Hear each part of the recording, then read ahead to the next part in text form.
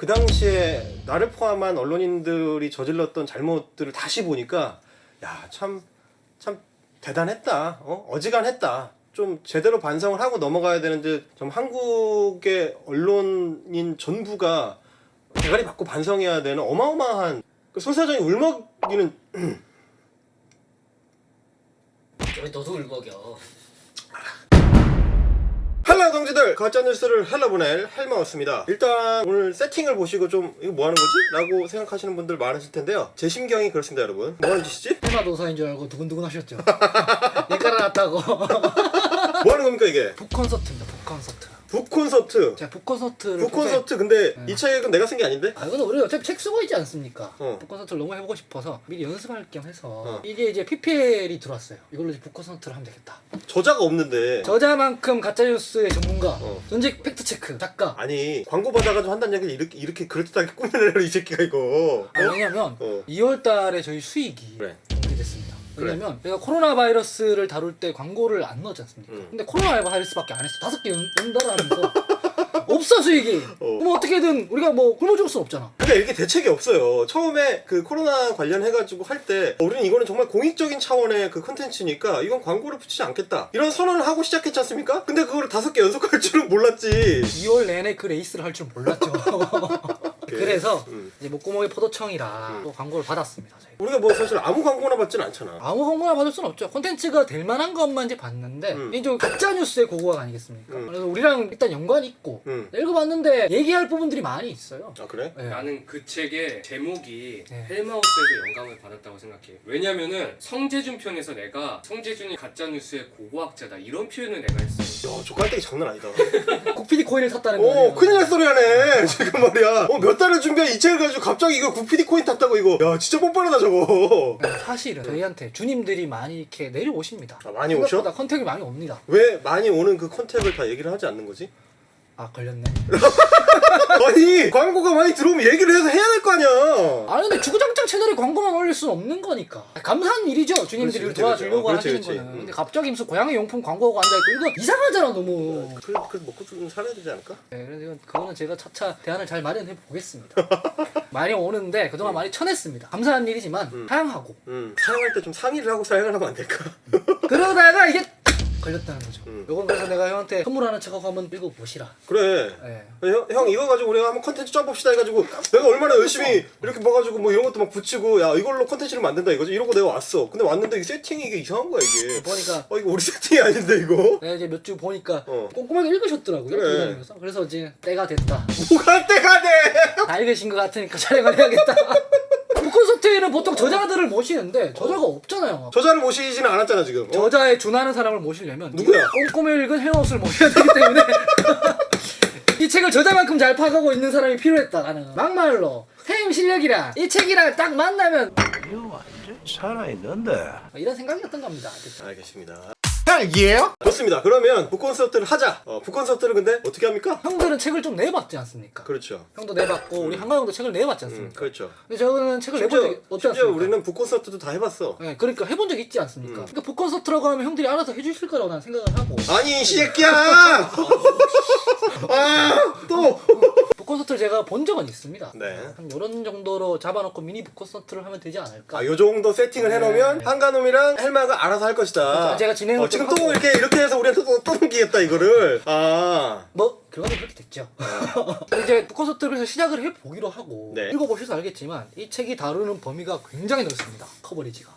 내가 일단 목차를 처음에 딱 받아가지고 봤는데 목차가 굉장히 여러분 섹시해요. 이렇게 보여드리면 가짜뉴스 어떻게 시작됐나, 허위 정보와 프로파간다, 가짜뉴스의 경제학, 야 이것들이 어떻게 돈을 쳐버는지, 선거판을 흔드는 가짜뉴스, 야 선거를 어떻게 흔드는지, 자, 가짜뉴스 현상과 저널리즘의 책임, 이거 제가 아주 관심 많은 대목이고, 네, 플랫폼 알고리즘, 이거는 유튜브를 사랑하는 사람들이라면 다 관심 있을 만한 얘기고, 우리가 하고 있는 거죠. 그렇죠. 네. 우리가 알고리즘을 교란하고 있는 알고리즘 교란자들이고, 자 표현의 자유는 어디까지인가? 이거 우리 윽비하고 윤소연이가 맨날 주구장창 떠드는 그거, 표현의 자유 어디까지 보장해줘야 되는가? 그리고 8장은 과학적 위해성의 진실, 에볼라는 생화학 무기였나? 뭐 이런 거. 그치, 이번에도 지금 코로나 바이러스가 생화학 무기에서 유출됐다고 해요. 그치. 연구실에서 뭐 이렇게 유출됐다고 막 이런 얘기 나오고. 그리고 마지막 장은 이제 가짜뉴스 통제학이 이렇게 돼 있습니다. 가짜뉴스를 어떻게 하면 우리 사회가 이제 차단할 수 있을 건가? 이거는 뭐 우리 헬마우스 팀 전체가 모두가 이제 고민하고 있는, 동지분들과 함께 고민하고 있는 주제니까요. 읽어주셨지만 이건 가짜뉴스에 대해서 거의 쓸어담고 있는 목차. 약간 코사단을 압축시켜 놓은 것 같은 그런 목차 아니겠습니까? 그렇죠. 나도 이제 봤는데 읽어보니까 대제목에서도 그렇지만 형이 다뤘던 내용들도 들어가 있어. 예를 들면 가짜뉴스의 경제학 이러면서 이렇게 내용이 나오잖아요. 코로나 바이러스를 예를 들면 얘들이 갑자기 영상을 안 올려. 그리고 지식의 칼은 영상을 다 지웠대. 올린 것도 왜 지웠겠습니까? 돈이 안 되니까. 구글에서 여기에는 광고를 안 붙이겠다고 그렇지. 하니까 그냥 안 찍는 거야. 형은 우파코인이라고 한마디 하고 말잖아. 그렇지. 근데 이 선생님은 되게 고급지게 얘기를 하더라고. 뭐라고? 허위 정보를 생산하여 배포하는 비용은 진짜 뉴스에 비해 턱없이 저렴하지만 그 유포자를 찾아내 책임을 묻기 어렵다. 거짓이 먹혀들었을 때 얻어지는 경제적, 정치적 이익이 막대하다. 이거야! 아니 우리가 사실 여러분 다 아시겠지만 저희는 진짜 컨텐츠 만드는 시간 진짜 오래 걸리거든요. 이거를 얘네 영상을 봐야 되지, 거기서 포인트 찝어내야 되지, 그거에 반박할 자료 찾아야지, 그걸 다시 재밌게 구성해야지, 촬영해야지, 편집해야지, 자막 달아야지, 효과 넣어야지. 이러면 우리가 콘텐츠 하나 만드는데 3-4시간 걸리거든. 근데 얘네는 30분이면 만들어. 우리 성재준 원장 봐요. 성재준 원장 그냥 자기 그냥 학원 거기에다가 뭐 카메라 하나 설치해놓고 뭐 주저리 하다가 뭐 칸트 얘기도 좀 하고 드레즈 얘기도 좀 하고 바디오 얘기도 좀 하고 그렇게 한번 30분 찍은 다음에 컷이 뭐 편집 컷이 한 3-4개 들어가나? 그래가지고 자기가 뭐 책 꺼내고 이런 것도 자르지도 않아. 뭐 이거 뭐 책 요거 요거 두꺼운 책인데 요거 제목이 뭐냐면요 뭐 이러고. 아니 이렇게 해가지고 영상 올릴 거면 얼마나 이게 제작비가 적게 듭니까? 제작비가 사실상 안 들어요. 사실상 제작비가 없어. 근데 올리기만 하면 뭐 10만 뷰, 뭐 5만 뷰 이렇게 하면 짭짤하게 들어오잖아. 그리고 얘네 입장에서는 단가가 싼 너무나 남는 장사인 거야. 그러니까 사실은 뭐 윽비 같은 애들 옛날에 찍던 거 봐봐. 무슨 뭐 책 하나 이렇게 어디서 갖고 와가지고 이렇게 주절주절 하면서 이 사람 막 뚱뚱하다고 욕하고 막 주절주절 읽어준 다음에 얘는 못생겼는데 뭐 이런 소리 하면은 그게 컨텐츠가 돼. 그걸 가지고 찍어가지고 막 몇십만 뷰 찍어가지고 뭐 얼마나 벌었네 자랑을 하고. 야 그러니까 이게 짭짤하니까 할만한 거지 얘네는. 아니, 그래서 이제 사실 걔들은 비용이 얼마 안 드니까 우리 헬마우스 채널이 저들의 비용, 그러니까 저들의 리스크가 되기로 한 거 아니야? 함부로 만들다 그렇지. 뚝배기를 쳐만든 그렇지. 너 날림으로 요즘 잘 만들었지? 그렇게 만들면 우리가 쫓아가서 뚝배기 깬다. 그러니까 이 수치심과 이 고통, 그것이 너의 리스크다. 유튜브에서 송재준 검색하니까 영상 검색어로 바디를 났더니 정말 바디오 선생님께 죄송합니다. 바디오 선생님께 죄송하지만 우리가 계속 얘기했던 그 너의 리스크가 되겠다. 이것이 너무나 명백하게 성재준 입장에서 자기 이름을 이렇게 딱 쳤는데 바디오가 뜨면 얼마나 기분이 묘하겠어. 바디오 선생님 입장에서는 한국에서 쳤을 때 성재준이 뜨면 이 석학은 누구시죠? 그렇지. 실제로 그래서 이거를 보면 헬마우스가 뭘 하고 있는지 무슨 목적에서 하고 있는지를 이해하는데 도움이 많이 될 것 같더라고. 그죠. 나조차 몰랐던. 형조차 몰랐다고 말해. 그래서 사실은 이 책을 보시면 헬마우스 팀 애들이 그 전술을 짜고 들어간다라고 했을 때 그 전술이 어떤 거구나 이거를 이해하시는데 굉장히 도움이 될 만한 내용도 많이 들어있습니다. 책의 대목차를 형이 아까 읽어줬는데 그것만 봐도 이렇게 이야기할 거리가 사실 풍부합니다. 우리 팀한테 맨날 요구하는 게 광우뻥이니 다이빙벨이니 그러니까 한국 현대사에서 제일 큰 거짓말은 네가 왜 안 잡느냐 이런 요구들이 많지 않습니까? 한국 현대사의 가장 큰 거짓말이 광우뻥과 다이빙벨이다. 아니 그분들의 주장에 의하면 그렇다. 그러니까 섭섭하다는 거죠. 왜 우리 우파코인들만 잡느냐. 당신이 계셨던 제2에는 문제가 없느냐 이런 얘기를 하고 있는 건데 우리 이제 그래 사실은 이게 이제 광우뻥이라고 쟤들이 얘기하는 그래서 당시에 이제 2008년에 광우병과 관련된 쇠고기 수입 논란 그게 이제 정확한 명칭은 사실 그런 거지 이제 광우병 논란 때문에 촉발된 한미 간의 어떤 통상 마찰 그거에 대한 쇠고기 통관 절차에 대해서 반대하는 시민들의 집회 그거를 이제 총괄해서 걔네들이 이제 광우뻥 집회라고 이야기를 하는데 이것도 사실은 저희가 좀 깊이 있게 체크를 해볼 필요가 있어요. 얘네들은 뭐 쉽게 맨날 그때의 전국 전체를 묶어가지고 이것은 거대한 거짓말이었다. 이것 자체가 하나의 가짜뉴스였다라고 뭉쳐서 이야기하려고 하는데 실제로는 그렇지 않다는 겁니다. 이게 이미 10년이 넘게 지났다 보니까 얘네들이 자꾸 그거를 각각의 단계와 결이 다르게 있는 것들을 뭉쳐가지고 이렇게 쪼물락쪼물락 뭉쳐서 이게 광우뻥이다 이런 식으로 얘기를 하는데 그렇지 않다는 거죠. 이 사람들이 얘기하는 건 그거야. 광우뻥이라는 거대한 거짓말이 정권을 흔들었다. 이거 딱 요 한 문장을 뽑아내려고 우리한테 그렇게 얘기를 하는 거거든. 근데 또 맥락이 있지 않습니까? 왜 생겼냐 이 말이지. 그 맥락을 설명을 해야 돼요. 사실은 그게 광우병과 관련된 통상 그 논란이라는 게 한 서너 달로 끝나는 게 아니야 사실은. 그쵸. 그 전 참여정부 노무현 정부 시절부터 있었던 논란이고 그때부터 쭉 이어져서 2008년에 5월에 절정을 이루는 이 과정이 있어요. 근데 그 과정이 뭐가 문제였느냐 결국은 30개월령 이상의 늙은 소 오래 키운 소를 수입할 거냐 말 거냐 그리고 그 중에서도 프리온이라는 게 이제 함유될 위험성이 큰 어떤 특정 부위들을 수입할 거냐 말 거냐 이런 논란 논란이거든 이게. 근데 그거는 사실 그 위험성에 대해서는 우리만 얘기한 게 아니고 영국에서부터 시작해가지고 그 당시에 전 세계적으로 굉장히 논란이 많았어요. 시끄러웠죠 되게 그런 거. 예. 굉장히 논란이 많았어. 그래서 처음에 한미 FTA를 추진을 하면서 참여정부가 미국의 쇠고기 수입을 하겠다라고 방침을 정할 때에는 처음엔 누가 반대했느냐? 한나라당이 반대했습니다. 네, 반대했죠. 예. 한나라당이 2007년에 진짜 빡세게 반대했어요. 그리고 그때 한나라당이 제시했던 반대 논거들이 대부분 2008년에 광우병 집회 때 거의 그대로 쓰였습니다. 그 소스가 어디서 나왔는지를 따라가 보면 2007년에 한나라당이 이미 난리 폈어. 거의 똑같은 얘기를 해요. 제가 몇 개 보여드릴게요. 우리 당시 한나라당의 이계진 의원이라는 분이 아주 재밌는 분이신데 2007년에 농림수산부 장관한테 막 뭐라고 하실 때 엄청 빡세게 뭐라고 하셨어요. 근데 2008년이 되면 갑자기 입장이 바뀝니다. 마치 2015년 메르스 사태 때의 윤서인과 2020년에 신종 코로나 바이러스 때의 윤서인이 다른 사람이듯이 이계진 의원님도 똑같이 다른 사람이 돼가지고 난리를 피시는 게 우리 YTN 돌발 영상에 그대로 나와 있는 게 있습니다. 한번 보시죠. 까지나 농민을 위하는 국회 농해수위원회 한 사람으로서 이번 사태를 순진한 어린 학생들까지 이용해서 괴담을 조장하고 정치적 선동거리로 접근하려는 일부 세력이나 야당의 행태는 과유불급이라고 봅니다. 아니라는 확증도 없었고 그렇다는 확증도 없었는 거죠, 그러니까? 의원님께서 지금 어떤 의도로 이런 질문을 하시는지 모르겠지만 작년 청문회에서는 정반대 입장에서 말씀하셨는데 저는 지금 그런 거 물어본 적 없습니다. 나 좀 처음입니다. 약간 유감스럽습니다. 정확히 얘기하시면 나한테 정말 그런 얘기 들은 적 있습니까? 한미 FTA도 반대하시고 믹선 쇠고기 수입도 반대하시지 않으셨습니까? 제가 그런 얘기를 한 적이 있다고요? 한미 FTA를 반대하는 비상시 국회 의원으로 참여하신 적이 있으십니까? 참고인 말이에요. 참고인. 비상시 국회의 그 의원으로 서명하지 않으셨습니까? 그런 얘기 한 적 없어요. 이걸 농민들이 들었을 때 대한민국 농림부 장관으로서 저렇게 얘기할 수밖에 없다 이렇게 이해하겠습니까? 미국 내에서도 미국 국민에게 위험하다고 생각되는 것은 전에 환수하고 난리를 치는데 우리가 먹어서는 안 되는 위험한 물질이 있는 광우병소 동뼈가 나오고 막 그런 병역 중단하는 조치가 내렸는데 장관 이건 뭐 그때는 틀리고 지금은 맞다 이거. 그러니까 영화 찍으셔. 의원님 그러시겠지. 정권이 다르지 않느냐 이놈들아. 정권 따라 달라지면 안 되는 거잖아. 말하자면 이게 이런 겁니다. 대중을 흔드는 어떤 공포가 있는데 대부분 그 공포는 이유가 있습니다. 이유가 있고 맥락이 있는 건데 이 이유가 뭐냐면 어떤 위험성이 있어. 그거를 제대로 설명하고 충분히 대중적으로 소통해가지고 설명이 잘 이루어지면 그거는 공포로 번지지 않습니다. 그쵸? 근데 문제는 언제 생기느냐? 이걸 감추려고 할 때 생겨요. 이걸 숨기려고 할 때 생겨.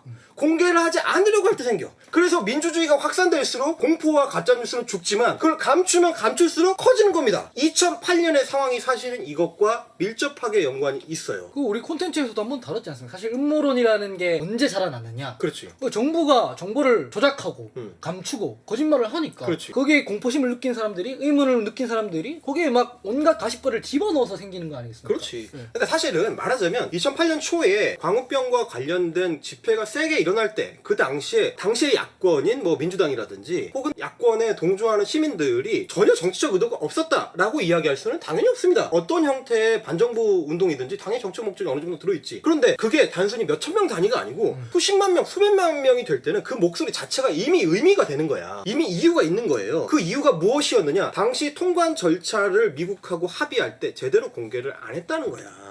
제대로 설명을 안 했다는 거예요. 그 설명이 뭔가 미심쩍고 이상해, 뭘 숨기고 있어 라는 생각을 시민들이 많이 하니까 시민들 입장에서는 도대체 왜 숨겨 저거를? 들여다 보니까 야 이거 약간 이거 위험한 이런 부분이 있는 거 아니야? 30개월령 넘은 거들은 이거 광우병이랑 연결될 수 있는 거 아니야? 이런 의문이 들어요. 그 지점에 당연히 뭐 좀 과장이 되는 정보값들이 거기에 많이 들어갔지. 집회가 세지다 보면 항상 그래요. 이게 박근혜에 대한 탄핵 집회를 하다 보면은 그 중에서도 너무 나가는 분들이 있으셔. 그래서 뭐 무슨 내연남을 만났느니 뭐 이상한 소리 하는 사람들이 있어요. 음모론 집히는 사람들이 있어. 그런 사람들이 전혀 없다고 할 수는 없지. 근데 그거는 우리만 있느냐? 광화문에서 집회 세게 하시는 분들은 항상 있습니다. 그게. 완전건 씨는 맨날 문재인 간첩 서울역에서 맨날 그러고 계시더만. 아니 그리고 그거 있잖아. 뭐 문재인 대통령이 금괴가 뭐 20조? 뭐 이런 거 있다. 사실 그게 다 노이즈가 끼게 돼 있어. 어떤 음모가 퍼질 때는 그게 다 끼게 돼 있어. 그래서 광우병 집회 당시에도 뭐 이런 어떤 뭐 좀 너무 나간 웹툰이라든지 이런 것들이 인터넷에 굉장히 범람하긴 했습니다. 그게 이제 시민들이 정보를 정확하게 판단하는 데 있어서 도움이 되지 않았던 건 사실이야. 근데 그게 전부다라고 주장하는 애들은 뭐냐면 뭘 가리려고 하는지를 봐야 돼요.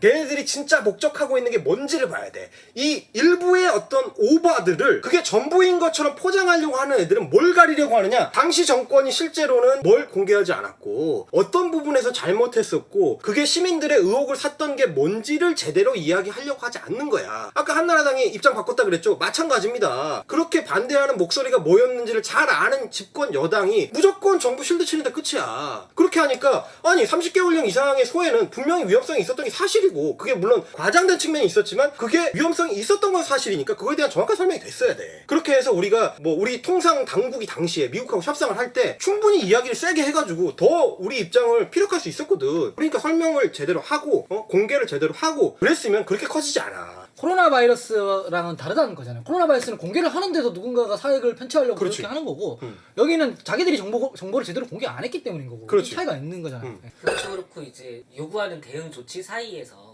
굉장한 차이가 있는 것인데 그렇지. 그 당시에 시위에서 하는 구호가 수입 철폐 고시 철회. 그러니까 지금까지 안 하던 수입을 하려고 하니까 그걸 멈춰달라는 요구였고 그렇지.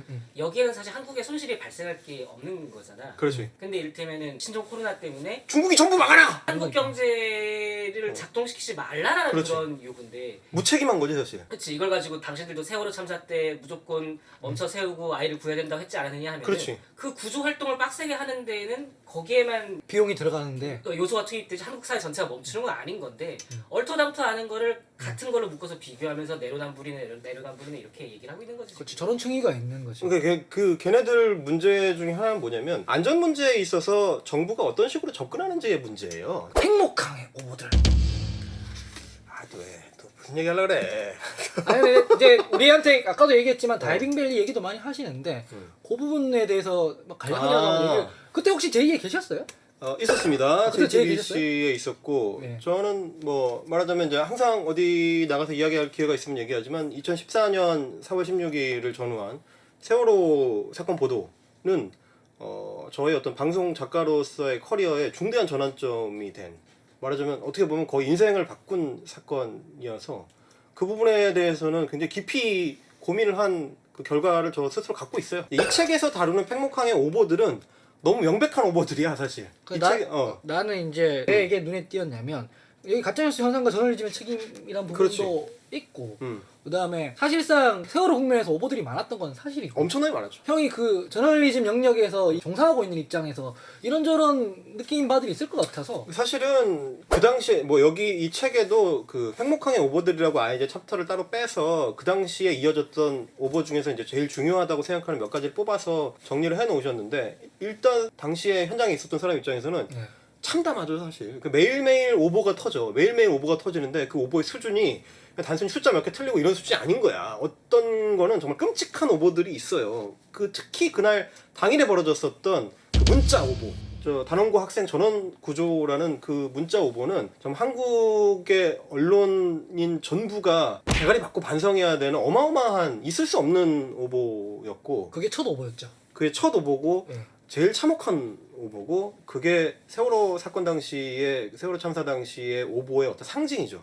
그게 한국 언론이 갖고 있던 모든 문제를 응축해 놓은 오보거든. 네. 그게 어떻게 가짜뉴스가 되는가를 보여주는 거야 결국. 언론이 어떻게 잘못하면 가짜뉴스 그 자체가 되는가 이걸 보여주는 거지. 성급하고 속보 경쟁에 무조건 때리고 본다. 속보 경쟁. 이런 것들. 그러니까 상황을 제대로 파악하고 정확한 정보를 전달하려는 노력이 충분하지 않을 때 그리고 그거에 무게감을 생각하지 못하고 책임감을 느끼지 않을 때 어떤 일이 벌어질 수 있는가를 그날 하루에 정말 온갖 거를 보여줬죠. 좀 망감이 교차하셨겠어요? 끔찍했죠 사실은. 뭐 제가 이제 제 책에도 이야기를 했지만 그날 아침에 그 상황이라는 거는 사실 지금도 가끔 생각나. 그런 그 배가 가라앉고 있는 장면 같은 것들을 좀 멍하게 바라볼 수밖에 없었던 무기력함이나 이런 것들이 지금도 가끔 생각나거든요. 근데 이제 이 책에서 그 당시에 나를 포함한 언론인들이 저질렀던 잘못들을 다시 보니까 야, 참 대단했다. 어지간했다. 좀 제대로 반성을 하고 넘어가야 되는데 과연 우리가 충분히 반성했나 이제 이런 생각을 하게 되는 그런 내용들이었고 이제 아까 뭐 다이빙벨 얘기했는데 이제 쟤네들이 소위 이제 가짜뉴스 메이커들 혹은 뭐 극우들이 계속 동원하는 단어가 그 소스가 이제 다이빙벨이에요. 다이빙벨이 당시에 뭐 세월호 안에 여전히 에어포켓이 남아있을 수 있다. 그래서 그 에어포켓이 유지되고 있다면 거기에 학생들이 여전히 아직 생존해 있을 가능성이 있으니까 최대한 오래 잠수할 수 있는 다이빙벨을 집어넣어서 그걸 다시 탐사할 수 있게 해달라, 이제 이 주장이었고, 그 주장을 그 소개하는 목적으로, 이게 사실 뭐 얼마나 현실성이 있는 건지를 검증하기 위한 목적으로 당시 이제 뉴스룸에서 출연을 시켰었죠. 근데 그거를 가지고 얘네가 지속적으로 이야기를 해요. 결국 그런 거 없었다, 다이빙벨 실패했다. 이제 그러면 JTBC가 혹은 손석희가 오버한 거 아니냐, 당시에 정권을 공격하기 위해서 이거를 부풀려 가지고 거짓말한 거 아니냐, 헛된 희망을 심어주려고 한 거 아니냐, 이런 얘기들을 맨날 하거든 얘네들. 진짜 그 당시 맥락에서 봤을 때 다이빙벨만 따로 떼어놔서 가짜뉴스라고 하는 건 되게 이상하지. 엄청 이상한 일이야. 왜냐면 그 엄청난 전에 일이지. 에어포켓이란 게 분명히 있었고 에어포켓은 JTBC가 말한 게 아니야. 그래. 정부가 말한 거거든. 어. 왜냐면은 그때 막 사람들이 왜 안 구하냐고 막 발을 동동 구르고, 특히 유가족들이 나중에 냉정한 시점을 보면 그때 살릴 이미 수가 늦었지 없었지. 사실은. 배가 뒤집어졌을 때 이미 그 희망이 없어졌는데, 그게 이제 근데 그 에어포켓이라는 게 왜 나온 건지를 우리가 봐야 되는 건데, 말하자면 초반 사람을 실제로 구할 수 있었던 완전 초반에 얘네가 제대로 구조를 안 했단 말이야. 해경이나 이런 게 제대로 구조 조치를 하지 않았고 엉뚱한 짓을 하고 있었고, 우리 하시피가 지적을 했었지만 그 당시에 무슨 사람 구출한 사람 숫자 세 가지고 청와대에 뭐 보고하고 뭐 사진 찍고 이런 짓을 하고 있었기 때문에, 말하자면 구조 실패의 책임이 너무 명백한 상황. 그러니까 그 당시에 구조할 수 있었던 시간을 날려버린 사람들이 그거를 무마하기 위해서, 그 초반의 얘기가 집중되면 안 되니까, 그렇지. 자기들이 구조 실패한 명백한 그 상황이 자꾸 재검토가 되고 그걸 가지고 사람들이 논박을 하게 되면은 위험하거든. 그러니까 그걸 빠져나가기 위해서 아직 끝나지 않았다, 에어포켓이라는 게 있다, 그게 뒤집힌 배 안에서도 공기층이 남아있는 그 단계가 있으니까 잘하면 구할 수 있다. 헛된 희망을 누가 심어줬느냐? 당시 정부가 한 거예요. 이게 어떤 정황을 봐야 되는데, 제가 사실은 옛 동료들의 얘기를 이게 내 얘기로 다시 하는 거에는 굉장히 좀 부담이 있어요, 사실은. 네. 그럼에도 불구하고 자꾸 그 얘기를 하는 사람들한테 꼭 하나는 좀 제대로 지적을 하고 싶어. 왜냐면 왜 다이빙 벨이었느냐를 추적해 가려면 좀 전에 얘기했듯이 이제 에어포켓 얘기를 해야 되고, 그 에어포켓 얘기에 대해서 가장 사실 어떤 참담한 장면이라고 하면 오히려 4월 16일 당일 저녁이에요. 당일 저녁에 뉴스9에서 그 당시에 손석희 앵커가 재난 전문가하고 인터뷰를 하면서 질문을 합니다. 그 당시 이제 최후의 희망이었던 에어포켓에 대해서 그게 남아있을 가능성이 있느냐? 근데 그분이 2번인가 명확하게 없다고 해요. 그런 가능성 없다. 실질적으로 그럴 가능성 사라졌다. 이 얘기를 했을 때 그 손 사장이 울먹이는 왜 너도 울먹여? 사실 내가 그 트라우마가 되게 강해서 그때 언론인 했던 사람들은 그게 좀 심하지. 심하지. 부담이 있어 사실. 이게 매일 사람의 죽는 숫자를 카운트하는 일을 몇 달을 했으니까. 그래도 애들이잖아요. 그러니까 이제 지금도 사실 부담이 있어요. 이제 세월호 얘기나 배 이야기를 하는 걸로도 울먹울먹한 게 이제 그거를 이제 지울 수 있게 된 지 오래되지 않았어. 그 다시 정리하면 이런 거예요.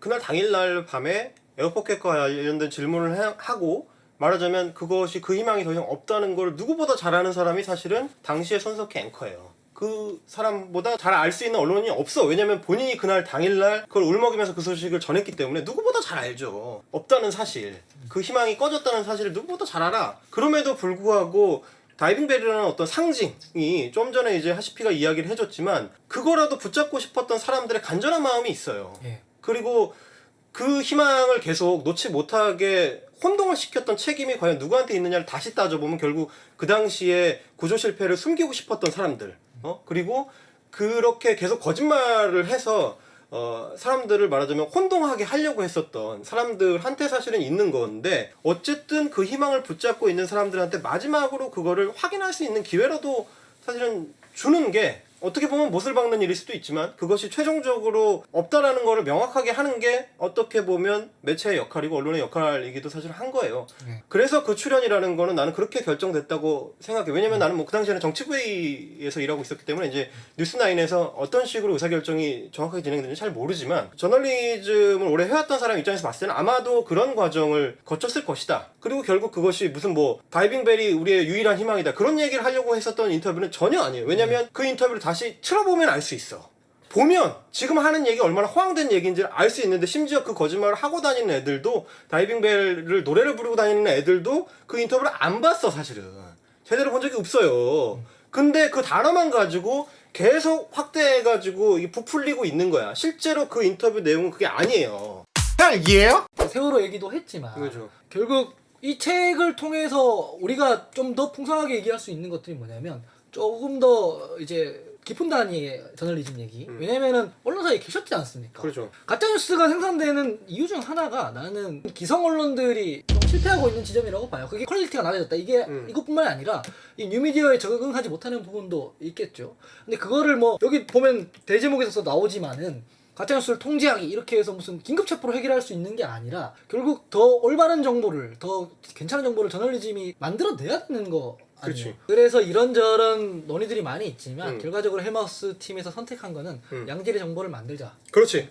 거짓말과 구분할 수 있는 자료를 만들어서 제시를 하고 사람들이 판단하게 하자. 그렇지. 뭐 그런 거고 만약에 우리가 실수를 했을 때는 그래서 사과를 하자. 근데 사실은 저희가 그런 생각을 했어요. 이게 뭐 이제 가짜뉴스 고고하기라는 책을 우리가 이제 광고로 다루려고 하긴 했지만 실제로 저희가 도움을 많이 받았던 게 뭐냐면 아주 옛날 로마 시대부터 시작되는 가짜 뉴스 내지는 가짜 정보, 가짜 소문 그것들의 기원이 무엇이고 그거를 왜 인간이라는 존재는 그걸 만들어내려고 하느냐 그걸 왜 퍼뜨리고 그걸 왜 믿느냐 이제 그거거든요. 지금 방금 헬마우스가 던졌던 어떤 얘기들 여기 풍성하게 들어있으니까 읽어보시고 생각해보시는 것도 좋을 것 같아요. 그래서 소개드리려고 하는 거고 같이 논의를 해볼 지점들이 있을 것 같아요. 어차피 저희는 헬마우스라는 채널을 우리 동지들하고 같이 만들어간다고 생각을 하니까 저희가 재밌게 읽었었던 책을 가지고 다시 뭐 또 동지들하고 의견을 공유하고 우리가 뭐 이 채널을 계속 유지 발전시켜 나가는 데 있어서 함께 가자 뭐 그런 의미로 봐주시면 될 것 같습니다. 그래서 준비를 했는데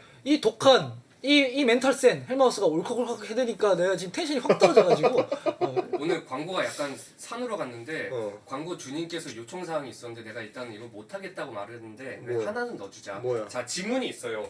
자 이거 약간 놀라면서 로마 시대에도 가짜뉴스가 있었대 이렇게 해달래.